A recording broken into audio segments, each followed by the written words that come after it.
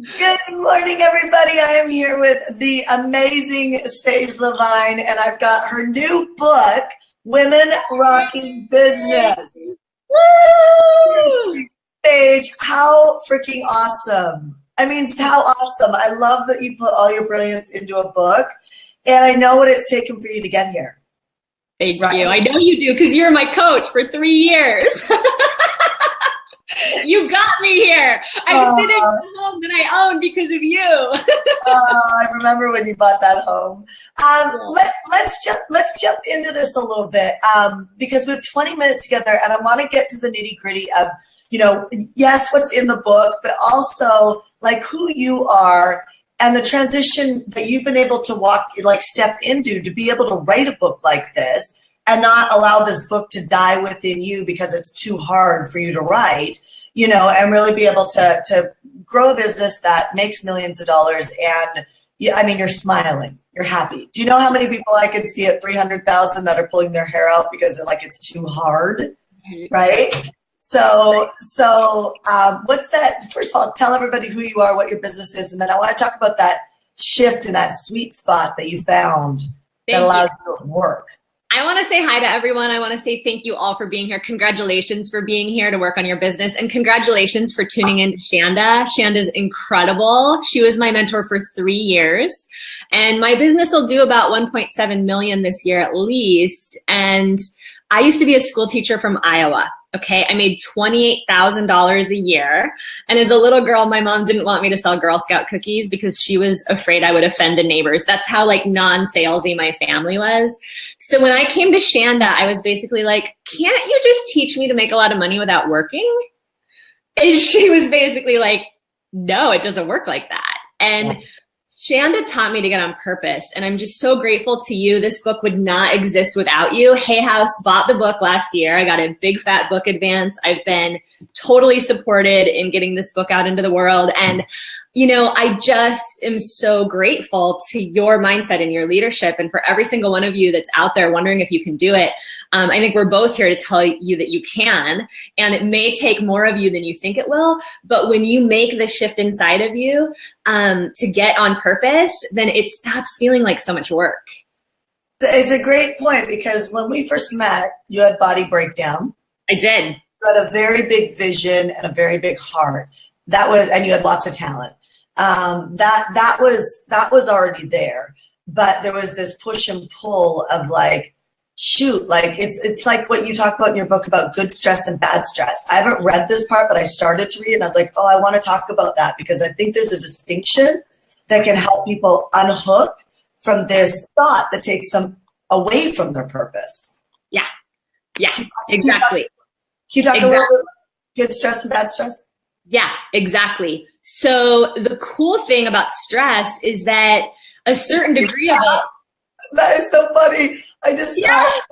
That's so funny. I saw this little, I'm like, what is that? She's really stressed out.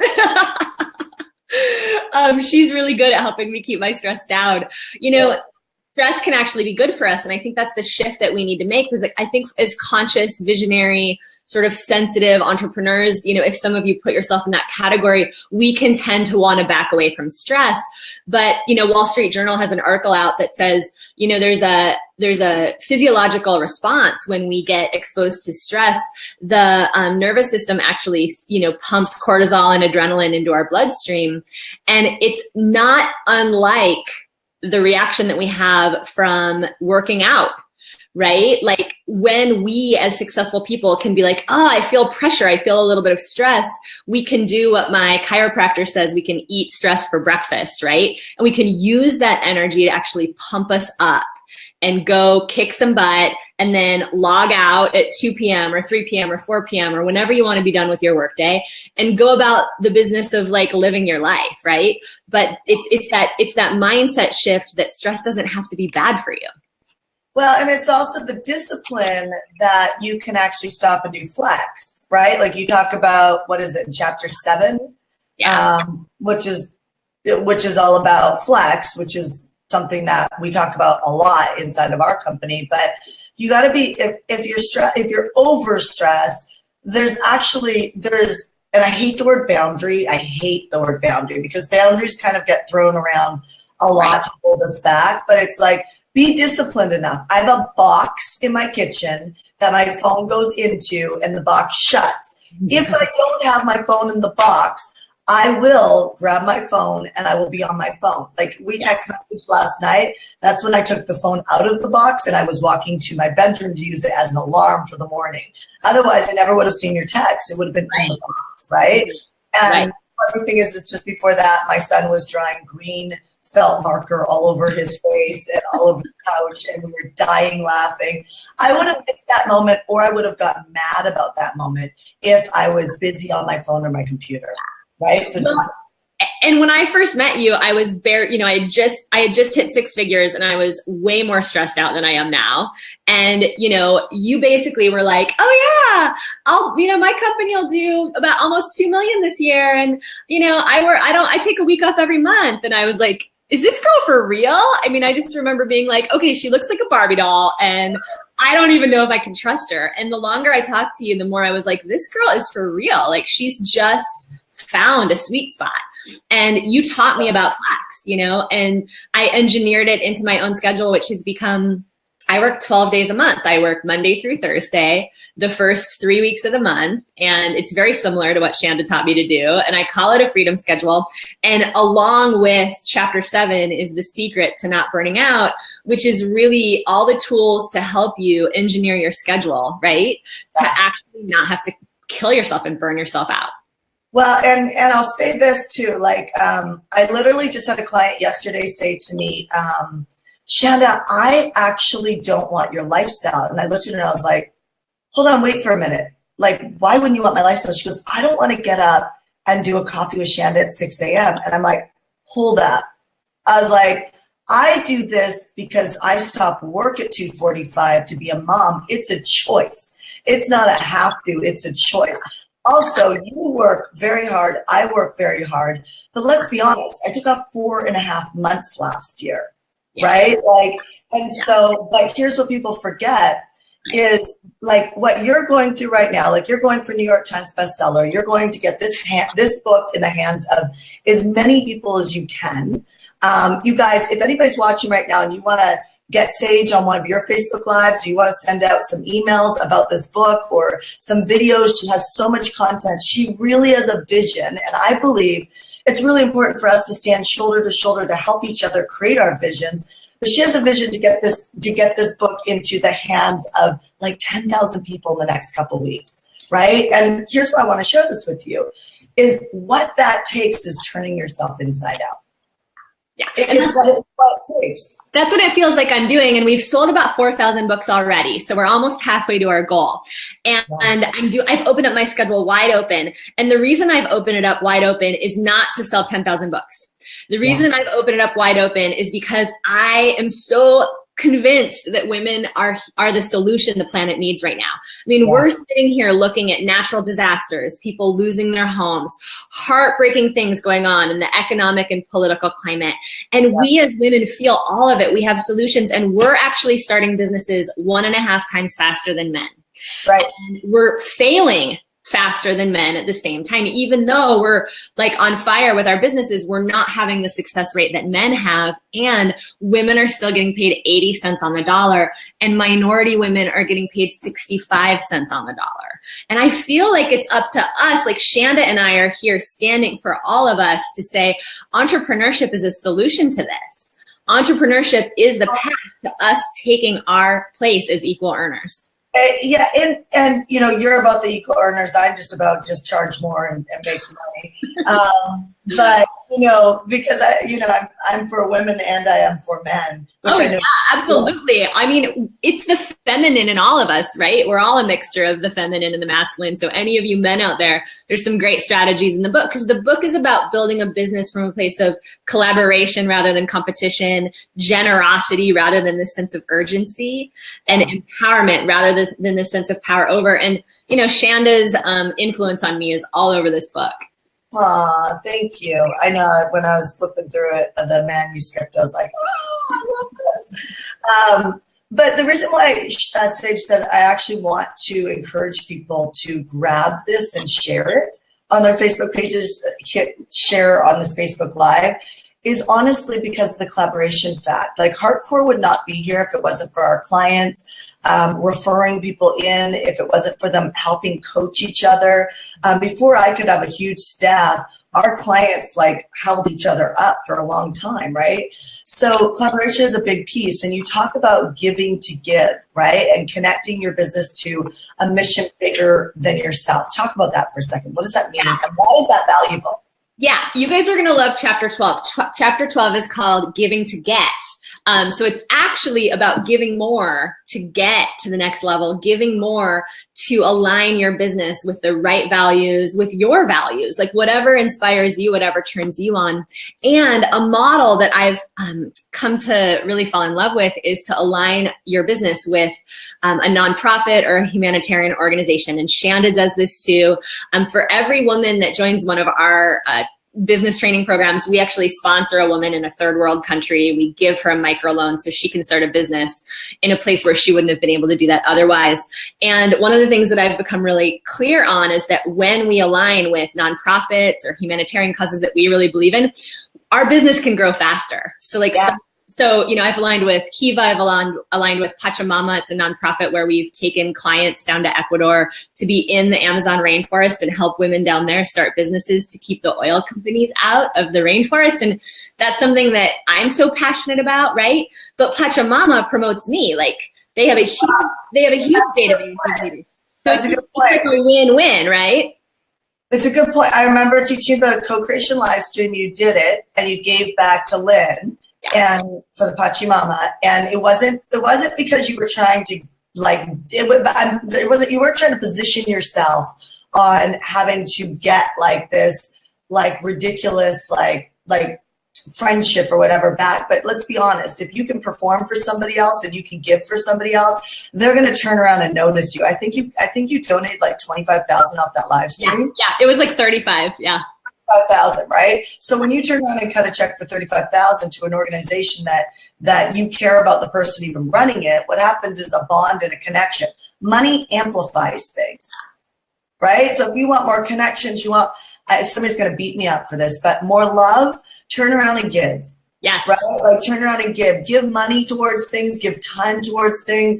And if you think you don't have time, it's because you're controlling too much in your life. It's so true. It's so true. And the cool thing, one of the things I love about the book promotion that's going on right now is when you guys pre-order the book doesn't come out for 2 weeks. When you guys pre-order it, you get immediate access to chapter 12. So you get immediate access to the chapter on giving to get.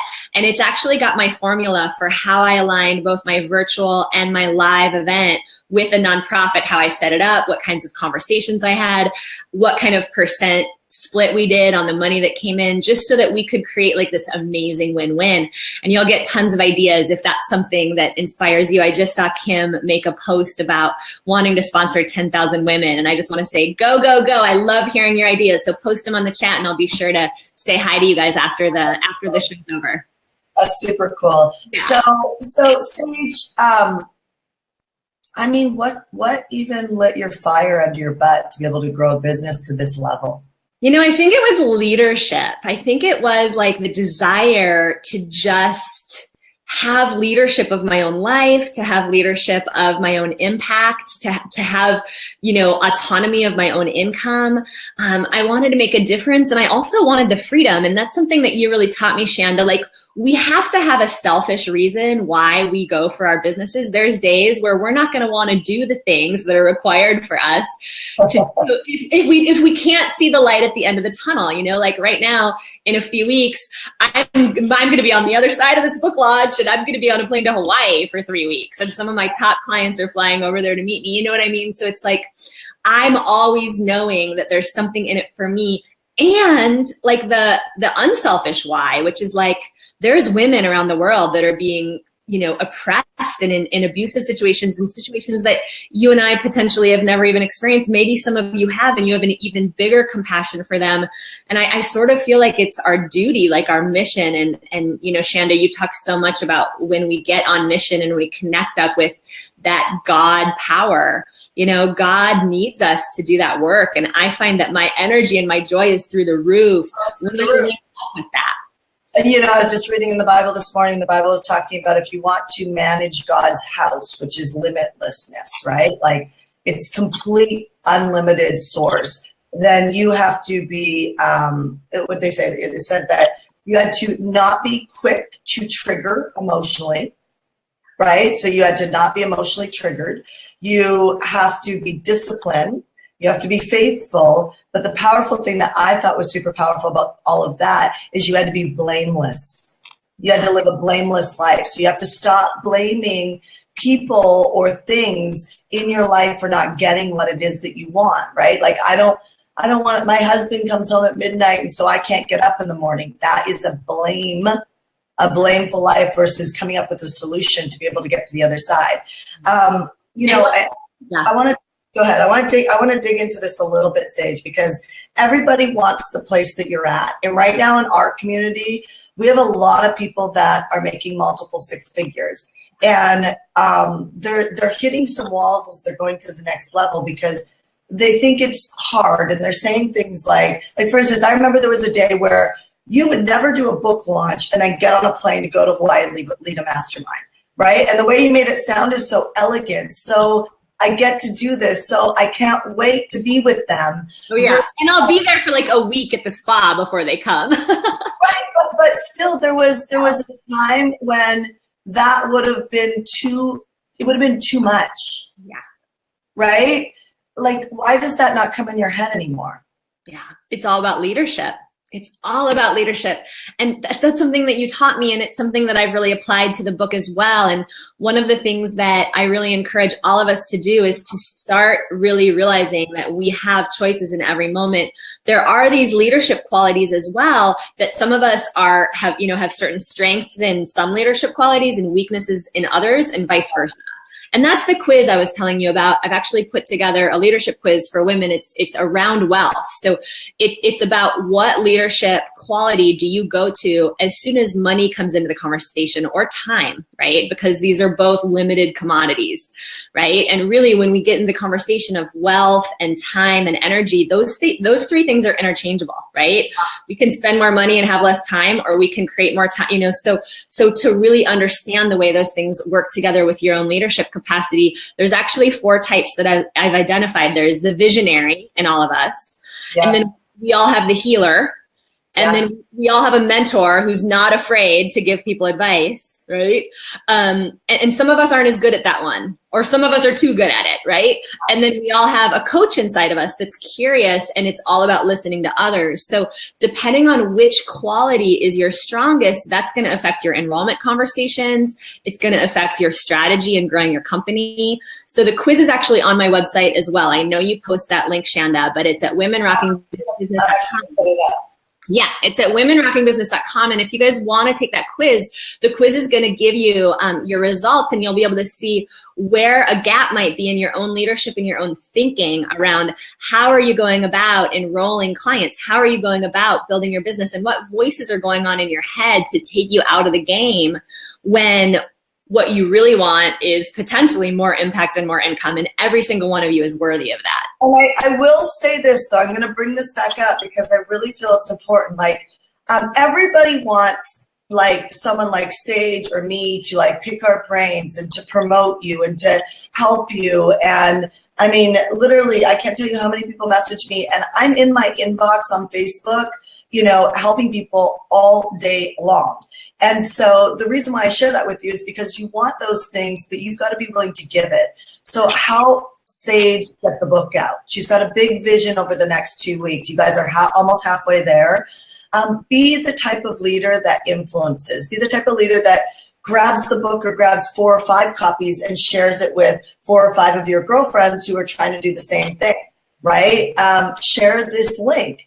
I'm not giving you marketing tactics right now. I'm actually just saying this is who you have to be in order to get noticed, so that powerful people actually want to play with you. Do not think Sage is going to be looking at, who are the people who shared this? Do you not think she's probably going to send you a quick little message and say, thanks, that's really cool? Or if you bought like 20 books or 5 books, she's not going to be like, oh my God, this person's not my community. This person's super generous. I want to get to know them. right? It's a way that you could end up on one of our Facebook Lives. It's a way that you could end up in one of our newsletters and one of our tweets, and I'll tell you, I had a client on here a couple months ago. We didn't make any offers. We didn't do any of that. I was just showcasing her power. And she made $30,000 in a couple weeks from people just reaching out to her privately through Facebook. So amazing things happen when you become a giver. And so any last words, Sage, and we'll end this Facebook Live for this morning. Congratulations to every single one of you who has said yes to bringing a vision to the world. Thank you, Shanda, so much for being behind this book, for being all over this book. You guys are going to love this book. And absolutely, your clients are waiting for you. They're not just waiting for someone like you. Like, there's a message that I know that only you can bring. And just thank you for the courage that it takes to get it out there. And thank you for being here. Awesome. Well, this is 6 a.m. Coffee with Shanda. I do this Monday through Friday at 6 a.m. Pacific. You East Coasters, it's 9 a.m. You have no excuse. You got to get up. And tomorrow morning, I'm actually going to have John Asraf. We were hiking last week, and we were inspired to do a Facebook Live together. So he's going to come and share some of the things he was sharing with me about neuralistically how you can get yourself to perform in a way that you really want to. So you're always looking I'll be here for that. Exciting. It's great. That guy is so brilliant. Anyway, God bless you guys. WomenRockingBusiness.com. And I will see you on Coffee with Shanda tomorrow morning. Bye, Jody. Bye, Tanya. Bye, everyone.